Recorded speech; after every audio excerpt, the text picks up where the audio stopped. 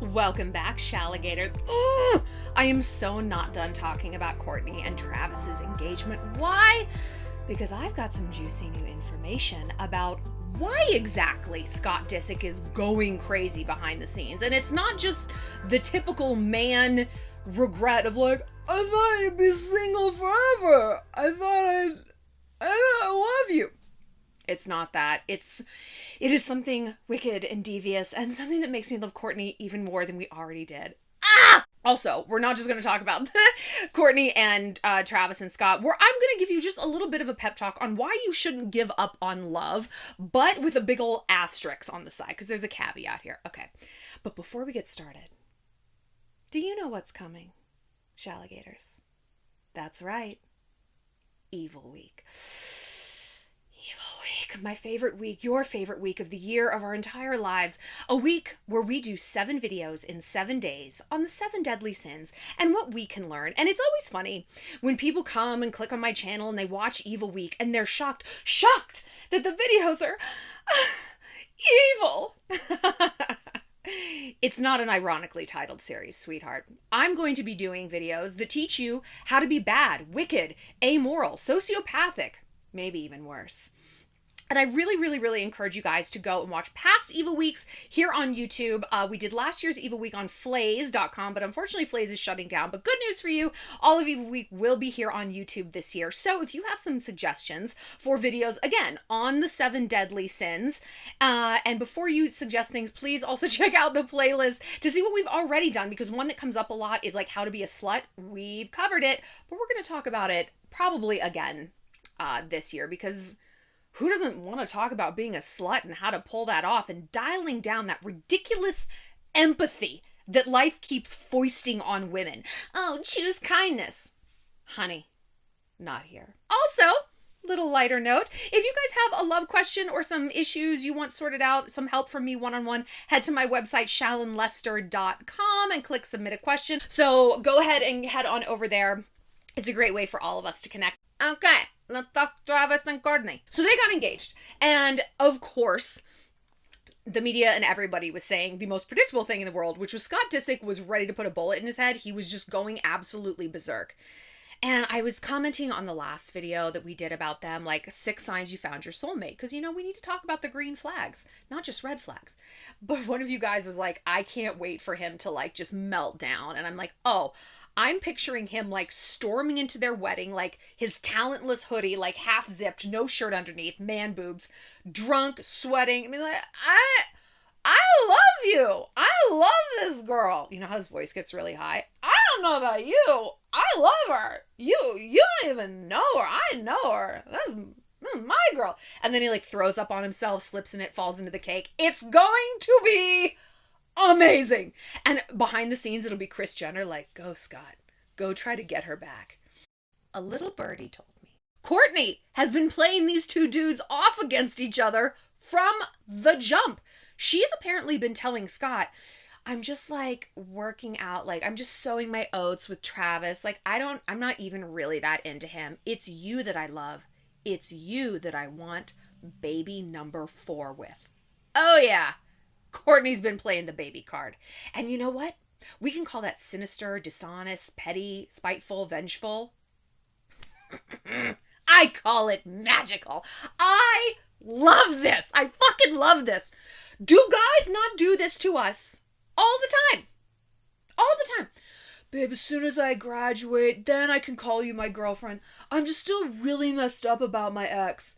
Yeah, I mean, one day, maybe we could have a kid. I'm just not ready. I am coursing with fiendish delight, thinking about a woman doing this to a man who deserves it so fucking hard. Like, Scott had 11 years. 11 years to cowboy up. And some of you guys were like, well, he did buy her a ring. Wasn't it like a yellow diamond? Don't even fucking come at me with the yellow diamond. Don't even come with me with the urine colored diamond. No, thank you. Okay? From like Ice Jewelry in the mall. No. Like, he proposed to her on the show, but it was half-assed. And she was like, no. Like, she was just like, stop. Take goddamn Claire's jewelry and go. Like, she was not here for it. She knew that it was fake. She knew that it wasn't real. She could sense that, like, It was all bullshit. There's a meme going around, or like a tweet or a quote, and one of you guys even commented it on the last video, and I thought it was like something you came up with, and I was like, wow, it's so genius. I don't think it was, but that, if it is, I'm sorry, and you do get all the high fives. But it was like, Travis did in 7 months what Scott couldn't do in 11 years. And it just goes to show time means nothing. It's never too late to start over, and it's never too late to find true love. And I was like, yes. Now look, I'm older than you guys. I'm older than the boys I date. I've never made a secret about that. I like them young. And when people insult me, when they like come here or come to TikTok or whatever, I'm on TikTok, follow me. I'm not doing dances. I'm doing just short celeb rants. They're funny, hopefully. People are like, you're old. I'm like, okay, I'm older than you, but I am not old. And let's say that I was. If you think you're going to become my age, which you will one day unless someone murders you, which sounds possible because you sound annoying as fuck. If you think you're going to wake up and have everything I have the experiences, the wisdom, the accomplishments, the books on my motherfucking shelf that I wrote, ho. If you think that just appears with age, honey, I got news for you. People who think that their youth is all they have truly are the saddest people in the world. And I say this because you're not that weird troll on the internet. But maybe there's an element of that going on inside you that's keeping you in a relationship that isn't working. We talk a lot about our fear-based brain, right? We talk about how our intuition brain, our intuitive, like our true north, our psyche that wants to be heard is like Michelle Obama. It's like Toni Morrison. It's just this deep, calm, wise, Meryl Streepy voice, right? The fear brain is Snooki. And which is louder? Which gets into our ears faster? Whatever's the loudest. And it's going to be that fear-based brain sometimes. And there is no fear message stronger than you're running out of time. Because this is life and death, right? You don't have time to start over. What's wrong with you? Death is coming. The end of your fertility is coming. Those perky tit years are winding to a close. No one's going to want you. You have to take what you can fucking get. Do you know who said this to me almost verbatim? A therapist. I was engaged and I was not doing well. And I've talked about, the end of my marriage. I'm not crying. I've just got stuff in my eyes. And I was having a lot of cold feet. And, you don't know. You don't know what it is. And your friends and your family are telling you, girl, you're stressed, you're tired, you're nervous. Like, this is natural. It doesn't mean anything more than that. And you're like, okay, yeah. And I finally was able to say that to my therapist. My fucking therapist in New York City, a very progressive town. And she's like, wait, because I was like, I don't know that I can do this. And she's like, wait a minute. I know how old you are. You can't not get married. You're way too old to change your mind. You need to get married and start having kids. And I'm like, I don't think I want kids. And she's like, what? And I'm like, I don't think I want kids. So that's not like an exigency point. And if I do want kids later, I mean, I can adopt them. She's like, adopt them? It's like I said, pull them out of the ground like a rutabaga. She's like, what? But she was very much like, no. You have to get married. You're too old to decide otherwise. And I got married, and I can't put all the blame on her. But when you're in that state of like, I can barely speak this out loud. It's so horrible. And I feel so awful about it. And someone's like, I don't fucking think so. You're like, okay, I don't fucking think so either. Like, you just retreat, right? And I say this because it was truly the most damaging thing someone could say to a woman is, you're too old to have a choice. I have 2 words for you. Jennifer Lopez. Now, granted, Jennifer Lopez is not a human. I mean, I think we're going to pull a panel off her back and see that she's some sort of ageless cyborg. She's beautiful. She's talented. I'm obsessed with her. We know this. But like, she's in her 50s. What is she, 53 now? And it's not occurred to her, at least not out loud, at least not what I can see from the vibes, to just, I'm going to settle. Hasn't occurred to Gwen Stefani. Kristen Bell is also, I think she's 42. Can you believe that? She looks like she's 18. I know. Can you believe? Megan Fox is in her 30s. Left that douche Brian Austin Green, is happier than ever. Kourtney Kardashian. What am I saying? What am I saying? Time means nothing. And the people who tell you that you're too old, whether you're 21, and it's like, hey girl, like, you really want to start over now? You're 31, you're 51, you're 71. You know what these people are? Dumpy. Yeah, you heard me. They're dumpy as fuck.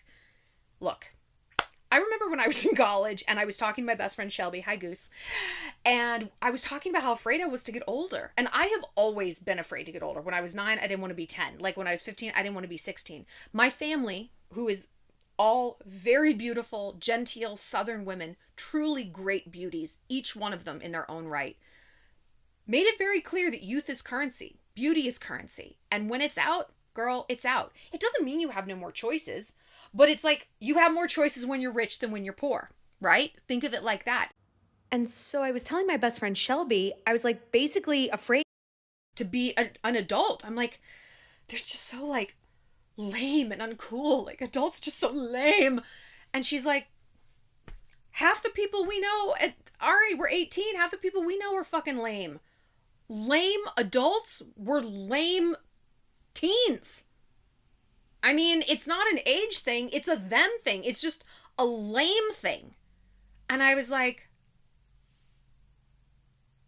it blew my mind. And it sounds so stupid to say out loud, but when you're in it, you think like, I'm just going to grow up and I'm going to get so lame and I'm going to get dumpy and fat. I mean, you might. If you eat and you don't work out and you don't take care of yourself and you don't know what retinol is and you don't get Botox, that's exactly how you're going to look. Or you can look like me, sweetheart. You can look like J-Lo, Kristen Bell, Megan Fox. Well, I don't know if any of us are going to look like Megan Fox. Ugh, oy. But you get what I'm saying. Lame and dumpy is a choice. And some people make that choice at 19, at 18, at 24. Look around your life. You know some dumpies. You know some dumpies. But I bet you know people who aren't. Maybe you don't. Maybe you're like, no, I only know dumpies. You know me. You know shalligators. We're hot as fuck, okay? Do you know why? Because we are never satisfied. We are constantly growing. We're curious. We're developing. We're pack building. Not just our friends, our family, our careers. We're building inside of ourselves. We are an ever-evolving project. Now, that's not to say we're never happy with where we are. We're always cutting ourselves down. Absolutely not. But I am my own beautiful estate. I'm my own beautiful mansion. It's like, no, I'm not doing head-to-toe renovation all the time, and I don't hate it here, but I'm always making sure this space, beautiful, improving. Yeah, we're redoing this. We're zhuzhing this up a little bit. I am my own best project. And because of that, my options for how I interact with the world, guys, friends, career opportunities, everything, travel, never stops. Because I never stop evolving. The world never stops evolving and giving me opportunities. That is the difference. The day you say, oh, well, I'm 30 now. I don't know. Okay, you know what the universe says? Your wish is my command. Welcome to the dumpies. Set up shop here. I remember my first job out of college. I worked for like some marketing thing. And like, I was like, 22 and like so perky. And this chick I worked with was turning 40 and she was the dumpies. Like she had like 6 cats. Yeah. Brenda was her name. I mean, she's so sweet. Actually, she wasn't sweet, but we made friends. But she was like, I'm about to be 40. And she's like, I can't just like go to the gym. I'm 40. And I'm like, Brenda, you're 40. You're not 80. Like, I think there was some big celebrity who was turning 40 then. I want to say it was Brad Pitt, but I don't think it was. But it was something like that. I'm like, this person is 40. Like, life is not over unless you've decided it is. And you know what? She decided that it was. She put up her little camp, her own personal estate in the dumpies. I never did. when I look at my life, it just keeps going up. It does. I get hotter and richer and more successful, and I have better friends and better relationships. And yeah, I mean, there's ups and downs within that. But overall, I'm trending up always because I decide that I'm going to. What am I saying? What the hell does this have to do with love and Kourtney? Because Kourtney decided she'd had enough of the dumpies too. Now, she was in the emotional dumpies. And look, there is certainly, it is true that like we will attract the kind of love we think we deserve. But it's also kind of a logistical thing. We can't have room in our life for love if we're still keeping all this past trash in there. When she really, really was done with Scott. Now, he didn't know that. He didn't know that. But when she turned some sort of corner and was like, I'm not holding out space for this man anymore. It's crazy that like as soon as she turned that corner, love was waiting for her. It was there. It was manifested so fast. Look at Megan Fox and MGK. And I compare these two couples because they're so close and they're both like so over the top. And I'm also so happy for them because both of these women spent a decade of their lives, their hottest decade, but not because we're not staying in the dumpies. There is no expiration date. With these dudes who were just like, Megan Fox was with Brian Austin Green for 10 years, three kids. And when she's like, I'm fucking done, MGK comes into her life. And she just gave an interview saying that like, she's like, I wish someone had told me to draw my perfect man when I was 6 because he would look exactly like him, like weirdly tall, blonde, wearing like tartan pants and a blouse. I'm like, what happened to you when you were 6, bro? Anyway, mine was like, I think it was like He-Man, like in a loincloth. I'm still basically there anyway. But once you close that door, something else opens. And it sounds so silly. It sounds so live, laugh, love. When God closes the door, he does what? He opens a pair of legs. But it's true. You can't look ahead and behind at the same time. You can't park 3 cars in a 2-car garage. Something's got to go. And there is nothing scarier than letting go. Why? It goes back to this death, fear-based brain. What my fucking therapist said to me. You're too old to do that.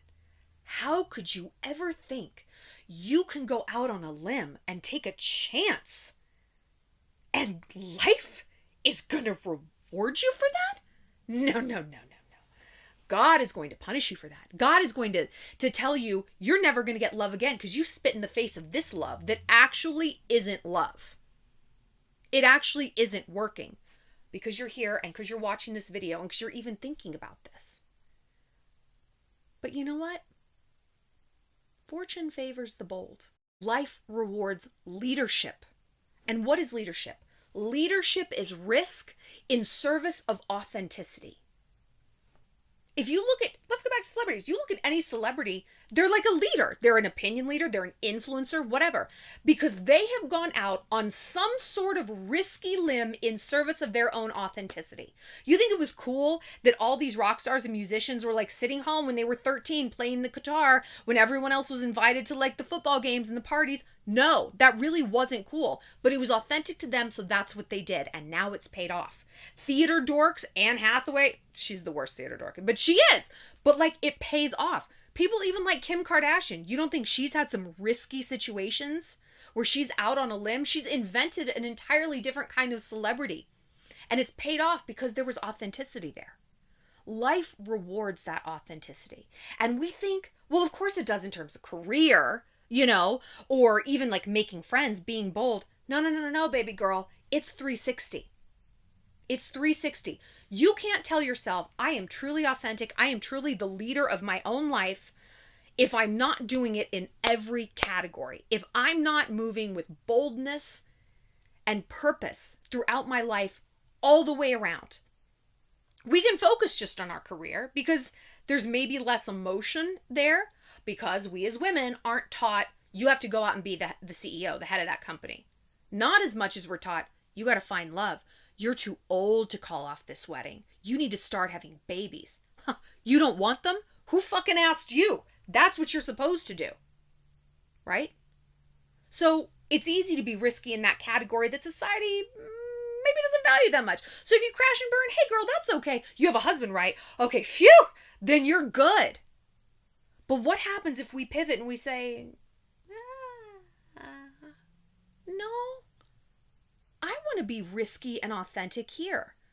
I want to look this perfect on paper guy in the face and be like, I'm just not into it. This isn't it. This isn't love.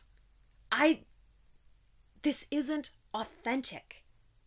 What would happen then? What would happen? I don't know. What happened to Megan Fox? What happened to Kourtney Kardashian? What happened to me? I left my husband. It was awful, awful. And he was wonderful and perfect, and he still is, and he always will be, but we were not perfect together.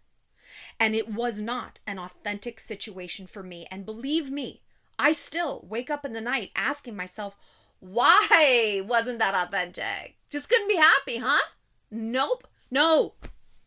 No, okay? I couldn't. I don't know why. I don't know why.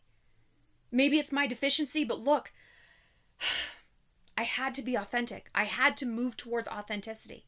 And life has rewarded me. Well, you're not married. Who says that's the prize I'm chasing? That's you speaking from the dumpies. That's you speaking from the dumpies, girl.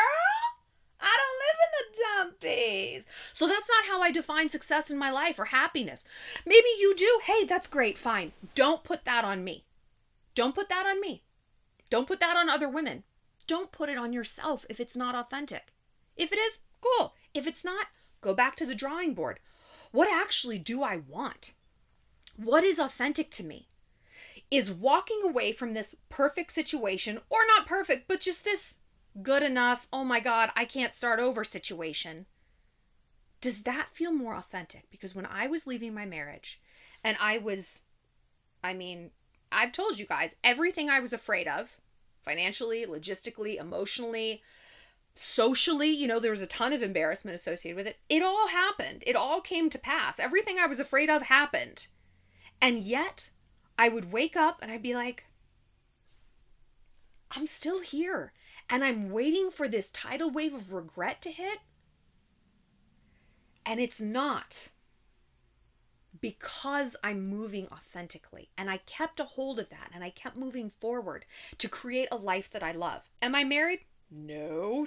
Do you think if I really wanted to be married, do you think that's something I couldn't achieve? Fucking give me a break, dude.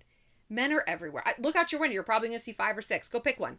It's not hard to just get married if that's your only goal. Our goals are a little bit bigger than that. We want authenticity, a challenge, love, understanding, partnership. That's a little bit harder. I'm willing to wait. I'm willing to look. I'm willing to learn about myself, about what I need. Because you know what? There's no timeline for me. There's no timeline. I'm not in the dumpies. I can see it. This is dumpies. I'm not visiting there. My perky tit years, baby, they go on and on and on. So do yours. I know that love is out there, and I'll find it when I'm ready, when the time is right. And until then, I'm going to enjoy where I'm at.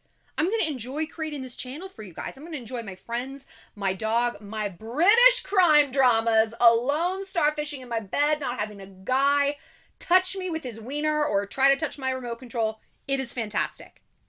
Because I have faith that my life of authenticity will be rewarded. That when that time is right, love will come. When we move in terms of authenticity, we are truly on the path of least resistance. When we are inauthentic, everything is resistant. Every decision is resistant because we are constantly having to talk ourselves into that decision. I'm with Scott and I'm doing this, but he keeps cheating and he's got anger issues. Everything is a fight because nothing is authentic. The cognitive dissonance in our mind, the difference between what we want and what's happening is so far apart, we can't fucking handle it. But when that authenticity switches, everything becomes streamlined. Try it. Literally try it. Commit yourself to authenticity for 3 months, 6 months. You don't know where to start? Start with the small things. Do I even like Diet Coke? Do I even like Diet Coke? You know what? I do. But for a while, I was a Diet Pepsi girl. But then I'm like, this is not authentic to me. It sounds stupid, right? But when we just start so small, we learn to trust ourselves. And we learn that when we exert who we are and our authenticity into the world, it's actually fine. It's fine. Had I been better at being authentic, I would have had the guts to call off my wedding. I would have. I wouldn't have been so concerned what other people think, because I would know, hey, the people in my life have been streamlined. I know that everyone who's in my life is truly here for me. They might not understand my decision. It might hurt them to watch me make this decision because their hearts are broken for me. But I know they've got my back. I know they're not going to say, you're too old to do this. No. But that's not where I was. And I paid the price. So start with Coke versus Pepsi. Start with pineapple on your pizza, can I tell you?